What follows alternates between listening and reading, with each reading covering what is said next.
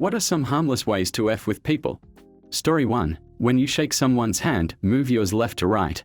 As they do the traditional up and down, a hilarious circle ensues. Story 2. I mess with colleagues during meetings by controlling how they sit. You copy everything they do to start. They lean back, you lean back, etc. Then, slowly, take the lead. If they are sitting back, sit forwards. I have managed to start mini Mexican waves of people moving back and forth in meetings. Story 3. There was a story on Reddit a while back where a guy was refilling his wife's ketchup bottle so that it was constantly almost empty. For months, she would use the same bottle and he waited for the day she noticed that it never emptied. She bounced the bottle off his head when he revealed his game. Story 4. I mispronounce famous people's names constantly then say it correctly randomly so they never know what to expect. Billie Eilish, John Legends, Jason Ackles. Story 5. Say high five to someone, but don't put your hand up. Now that's just evil.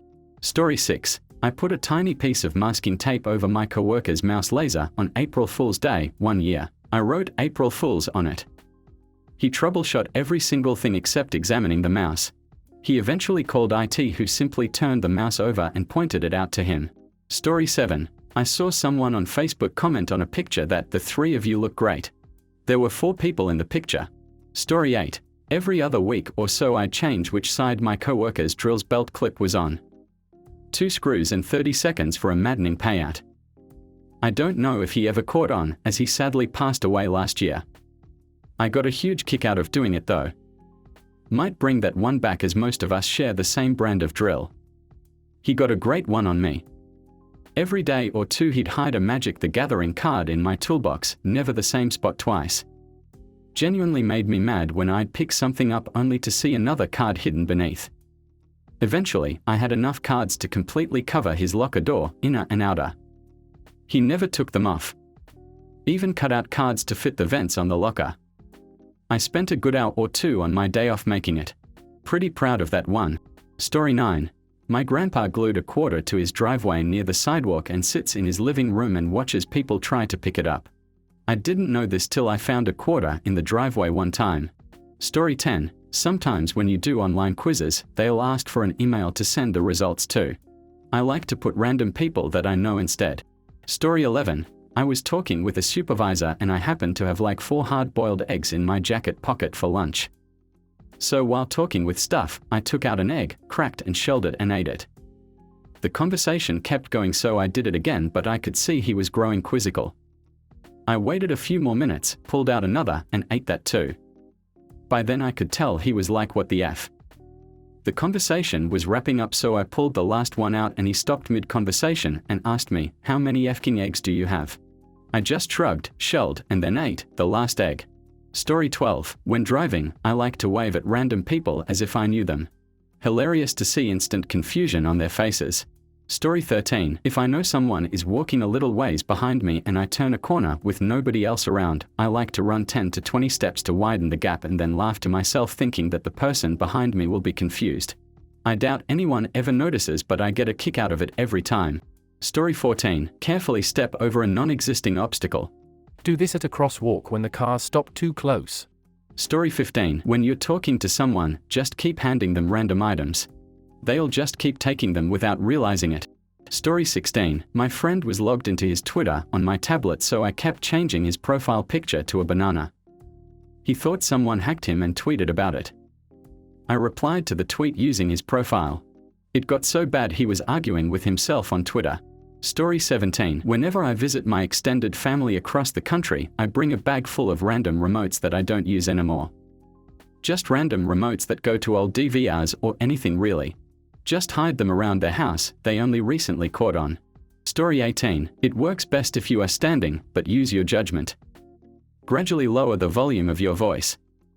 Others will match your volume and they tend to move closer. Wait for your moment and just start speaking in a normal or slightly louder than normal voice. Story 19. My neighbor got an expensive new camera for his front door. Randomly, for the last several months, I have covered myself in a black cloak, including face, crawled up into camera view, and left a random harmless object. A carrot, spool of thread, 3 ink pens with the caps mixed up, just dumb meaningless things.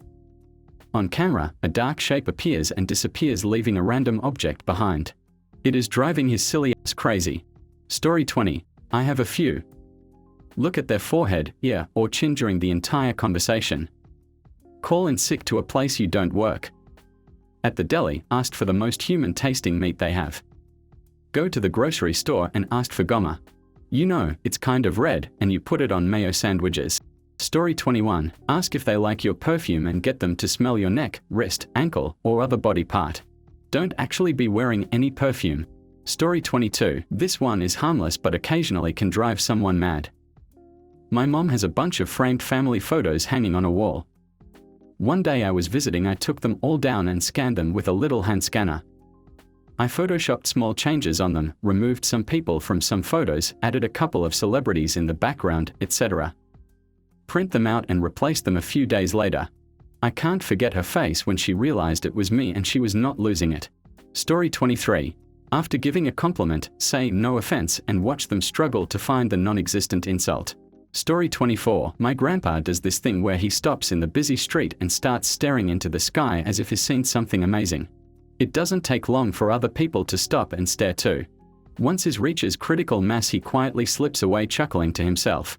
Story 25. The movie theater in my town is usually mostly empty. There's been a couple of times when I've come in to get seated and there's literally only one other person in my auditorium. There's an evil part of me that wants to just go sit right next to them. Not illegal, but it should be. Do it, and start a conversation with a code like in old spy movies. The red ducks only fly at night. Story 26. When I was a corrections officer, we had a guy who worked with us who was kind of a to everyone, and he was computer illiterate. We took a screenshot of his desktop and moved all of his icons off of it so it looked legit, but nothing worked. It took him an hour before he finally called IT and they figured it out pretty quickly. He wouldn't talk to any of us for about a week. Story 27. I have a secondary remote that my kids don't know about. Sometimes I'll stand out of sight and turn up the volume or hit back when they select something to watch. It's pretty funny. If you've gotten this far and enjoying the content, please leave a comment of your own story. We'd love to make a video of them in the future. Story 28. In my freshman year of college, my roommate was a very neat and orderly person. He had every pencil in place, every paper had a folder, and his things got neatly packed away. We were pretty amicable towards one another, even with my messy living. At first, when he would leave for classes, I would admire how tidy his desk was and thought to myself, I should F with that. For the whole year we lived together, I would sneak used staples everywhere on his stuff. Homework folder. Staple. Pencil case. Staple. Backpack. Staple. Shower caddy. You bet that pube-infested bar of soap got a staple on it. Hell, even the TV remote got a staple in it between the batteries, so when they died he would eventually find another. I did it often but was careful to space the staple events far enough apart to not raise suspicion on myself. I further protected myself by making a huge deal of having to borrow the across-the-hall neighbor's stapler whenever I needed to bind papers together. About March of our second semester, he had become insanely suspicious of anybody with a stapler and watched them like a hawk. The straw that broke the camel's back, I had asked him one night what his plans were under the guise of having a companion over for a visit. He said after dinner he had to go check out some obscure book at the library. When he left and headed to the dining hall, I snuck off to the library, found the obscure book he needed, and clicked a staple into it. He gets back to the dorm room and I'm doing homework in the same spot when he had left an hour earlier, claiming the meetup didn't end up happening. He sits down at his desk and opens up his newly rented book and tick, I hear that staple fall out onto his desk. All I hear after that is, where the F all these goddamn staples coming from? I revealed myself after graduation when I mailed him a birthday card with a used staple in it. Thankfully he got the biggest kick out of the card and we still talk daily. Story 29. Buy a set of voice-activated or motion-activated stickers from Amazon and the possibilities are endless. Story 30. In high school at track practice we stole one of our friend's car keys. It was old enough it didn't have a chip inside. We drove to Home Depot and got a copy made and returned his keys. Every day at practice we would move his car to a different parking spot but in the same lot. Story 31.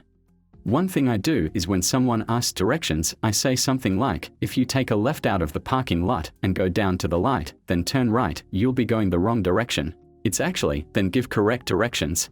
Story 32. Say "no pun intended" after a sentence where there was clearly no pun. Story 33. Something I did in high school. I randomly found a half of a crayon on the ground.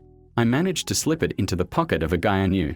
A few minutes later he discovered said crayon and rather loudly said, "What the F," and tossed it away. I wandered over, picked it up, and snuck it back into his pocket when he wasn't paying attention. A few minutes go by and he finds it again. Even more confused, he throws it again and wanders off. I managed to repeat the situation twice more before I couldn't stop laughing and he noticed me going to pick it up. He was really starting to question his sanity by the end. Story 34. When my husband pours his coffee into his mug and turns around to get milk out of the refrigerator, I pour his coffee back into the coffee pot or into my mug. I cackle as I run out of the room. Story 35. Call one of those "how's my driving" bumper sticker numbers and let them know that their driving is wonderful. Story 36. My favorite thing to do at my coffee shop job is wait until we have a line, tell the first few customers to have a good day loudly enough for the rest of the line to hear, and then tell exactly one customer, "enjoy your drink" instead. 90% of the time they hit me with a "you too," and I just smile and nod, content in the knowledge that they'll cringe about that for the rest of the day. Story 37. Don't turn around when you walk into an elevator. Thank you for watching. If you enjoyed this video, please hit the like button and subscribe to Thread Talk for more content like this. Also, don't forget to turn on notifications so you never miss out. Have a dope day and we'll see you in the next video. Cheers!